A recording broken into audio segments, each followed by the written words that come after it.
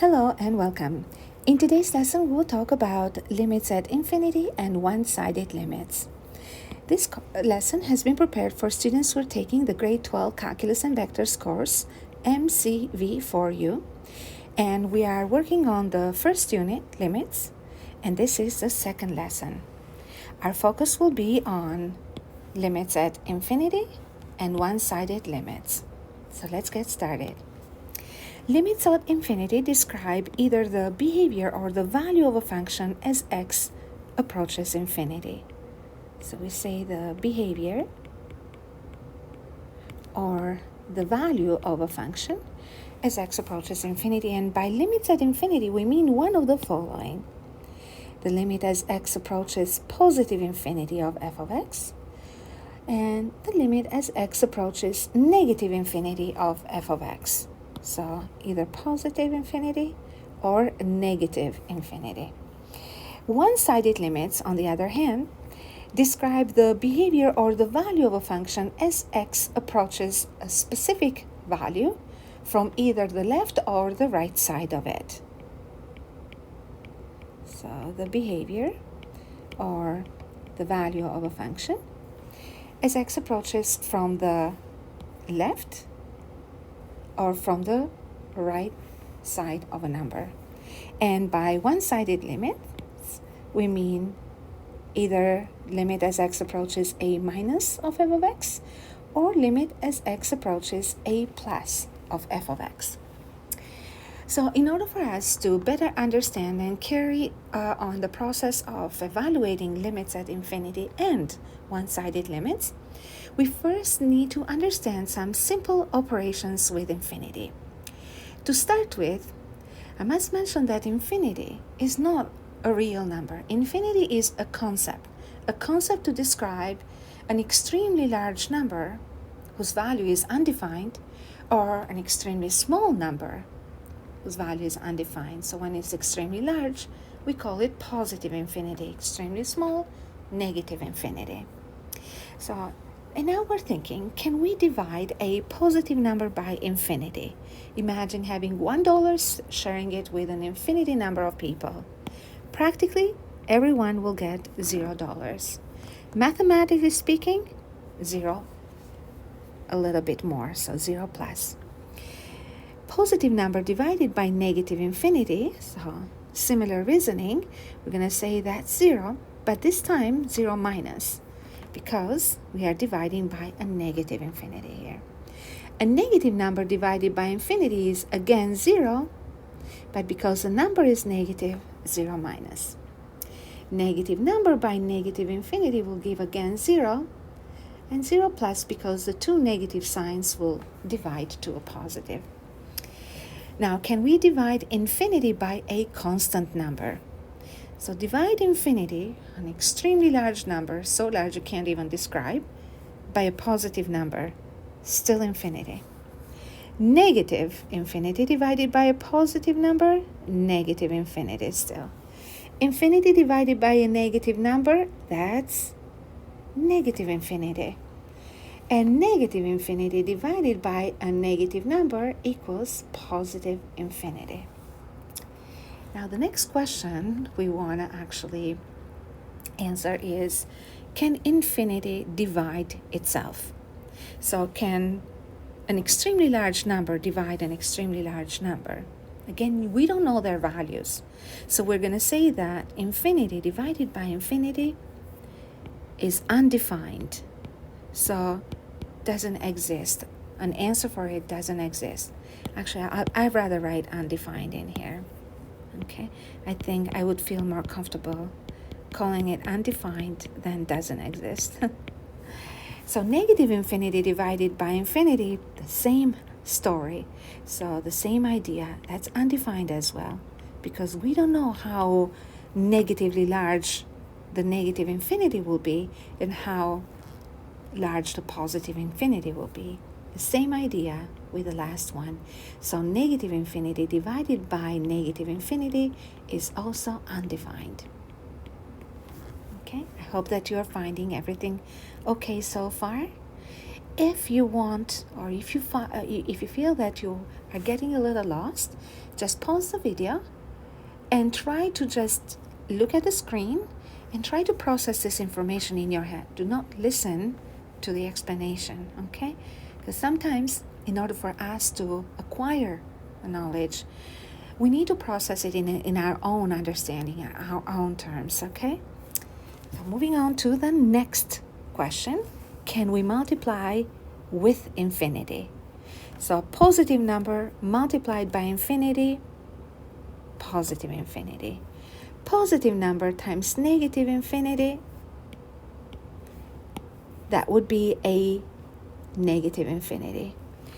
Now, you multiply by infinity, you'll get an infinity. So it becomes a matter of the sign now, right? Negative number by infinity, negative infinity. Negative number by negative infinity, positive infinity. Two infinities will make even a bigger infinity. A positive and a negative infinity, a negative infinity. Two negative infinities will make a positive infinity. So they multiply nicely. Now, the next question is, can we add or subtract infinity? So remember that we focus on the following items: division, multiplication, and addition, subtraction, okay? So any number plus infinity will be infinity. Any number minus infinity, that's negative infinity. So imagine negative infinity, you add anything in there, so any positive or any negative, it will still be negative. If you have infinity and you want to add more infinity to it, no problem, infinity again. If you have negative infinity and you add more negative infinity, that's negative infinity. So we are good so far. Now imagine subtracting infinity minus infinity. Would you say we would be able to find the difference between these two extremely large or small numbers? Okay, we can't even describe that are undefined on their own. So we're going to say, no, this would be undefined. And I think that we're now ready to look at some limits at infinity a bit more closely. Okay, so my D doesn't fit in here. There we go. So first, we're going to find the limit as x approaches negative infinity of this polynomial function of degree 5. Okay, so how do we find this? Now, you probably remember me saying in the first lesson that if you want to evaluate a limit, try direct substitution first. So that means that we're going to try to substitute t. Actually, I have made a typo here then. I should call this t. So substitute t by negative infinity. So 1/3 of negative infinity to the power of 5. And then minus 2 times negative infinity to the power of 3 plus 8. So that would equal, now remember, a negative infinity times negative infinity times negative infinity, like imagine this 5 times, or an odd number of times, I must say, would equal negative infinity. Now we have minus 2 times, we have negative infinity to an odd power, power of 3, that will give negative infinity, and then plus 8. Moving on, we are dividing negative infinity by 3. Divide negative infinity by 3, you get negative infinity. Next, multiplying negative 2 by negative infinity. That will give positive infinity. And then plus 8. So, oh, look at this pattern in here. So 8 is just an infinity turned up, sitting up. Okay, or standing up, I should say. So now let's take another look at what we got here. So we got negative infinity plus infinity. We don't know how to add this. We don't know which one of these infinities will be more powerful, the positive or the negative. So we're going to say, oh, we are not able to evaluate the limit of this function this way. And by now, you know and you remember that if we cannot find the limit of a function by direct substitution, doesn't mean that we should give up. We should look for other ways. And this is what we are going to do for real. I'm going to erase this. I just wrote it to show you how sometimes we may choose an approach that doesn't work. Go through it to the end of it. And when you see that it doesn't work, you'll understand why it doesn't work. And that will lead you to understanding how to make it work, hopefully. But, as we accumulate more knowledge, we tend to be more creative at how to manipulate expressions so they serve us and we don't serve them. So, in polynomial functions, what we do to evaluate limits at infinity is this. Step 1. We are going to take out or factor the variable of the highest power.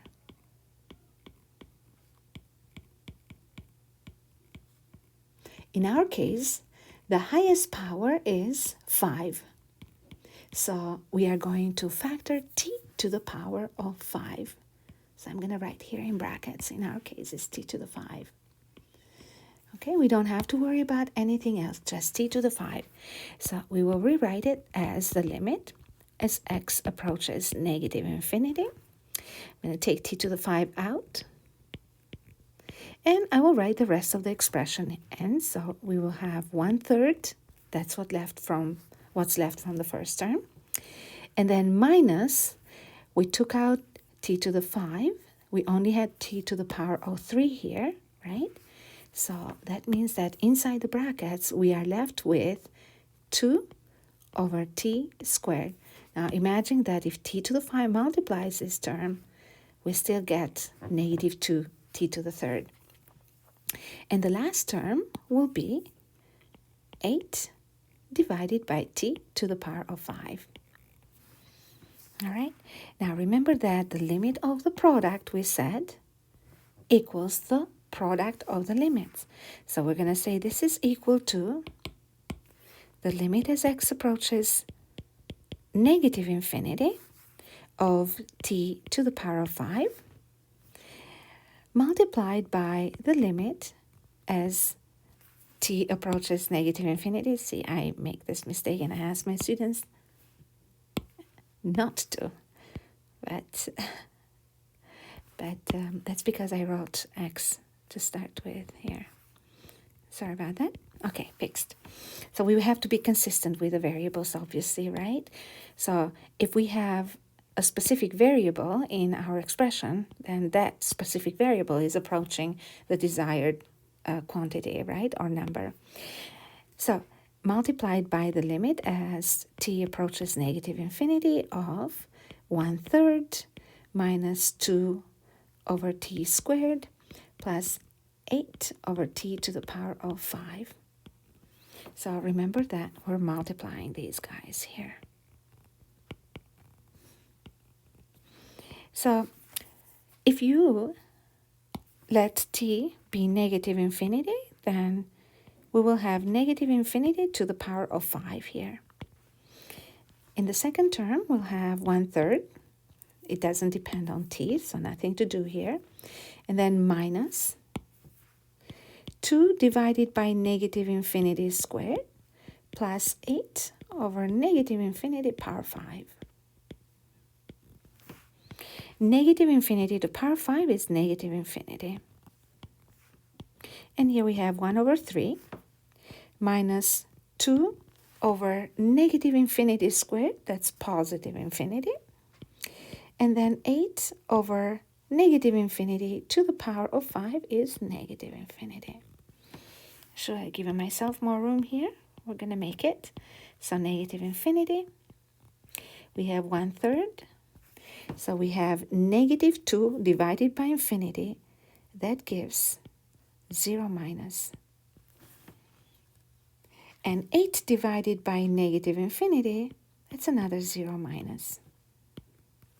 So what we have in here is negative infinity multiplying, imagine we have 1/3 plus a very small number, negative, but very close to 0, added to 1/3. So that would be like 1/3, but a little bit less than that, right? So we are going to say that that would be 1/3, a little less than it. This is a positive number, okay? Times infinity. And a positive times, negative infinity would equal, or would give us as an answer, negative infinity. So we're going to say that the answer to this limit is negative infinity. And as I mentioned before, steps number 1, we factor the variable of the highest power.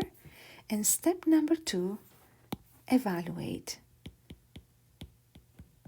And this happens, or this is useful, this strategy is used in polynomial functions. So evaluate by substituting t with negative infinity. And that's because t is approaching negative infinity. All right? Now, we are very familiar with this function, aren't we? So this is an odd degree function, and the leading coefficient is positive. So an odd degree function with a positive leading coefficient behaves like a line with a positive slope. So it will stretch from quadrant 3 to quadrant 1. So that suggests that as we approach, so as the independent variable approaches negative infinity, the y values will go towards negative infinity, right? Because the line is going down in this direction. So we knew the answer, but we needed to take another look at how we algebraically determine the limits at infinity by using this simple example. I hope you're ready for another one to try on your own. So what I normally do in class is I try to answer the question very quietly. So write the answer quietly so that you can work on it independently. So try to mimic the same thing if you are watching this video. So I am going to explain it though. So x approaching infinity, we're taking out x of the highest power, and then -2 minus 1 over x squared minus 8 over x cubed, right? Because you have x to the 4 out. Double check again. So if you multiply, you get x to the 4 here term. If you multiply here, you get an x squared term. And if you multiply and in here, you get x to the power 1 term. So we finished with step 1. Now we are going to evaluate this. So this would be the limit as x approaches infinity. And you don't really have to split the limit like we did in the previous example. So we expressed it as a product of the two limits. So you can keep it inside the same limit. I'm trying to do this in 2 different ways, just so that we're familiar and understand the flexibility of evaluating such limits. So we have x to the 4, which is infinity to the power 4, which will multiply -2 minus 1 over infinity squared minus 8 over infinity cubed. So infinity to the power of 4 is infinity. Then inside the brackets, we have -2 minus 1 over infinity. I know I'm taking the steps slowly, just because, I don't want to lose anyone in understanding, in the process of following and understanding this. But obviously, you don't have to be that meticulous. So infinity, and then multiplying -2 minus, remember that 1 over infinity is 0 plus. So we are taking away 0 plus. And 8 over infinity to the power of 3, actually, which is basically 8 over infinity. That would be minus another 0 plus. Okay, so that would equal infinity. And imagine that you are adding or subtracting some zeros to -2, right? So this will still be a negative number, all right? So this will be about -2. And infinity times a negative number is negative infinity. So now let's take a look at this function since we are familiar with it. So this would be the answer, obviously. Now remember, this is an even degree function, power 4.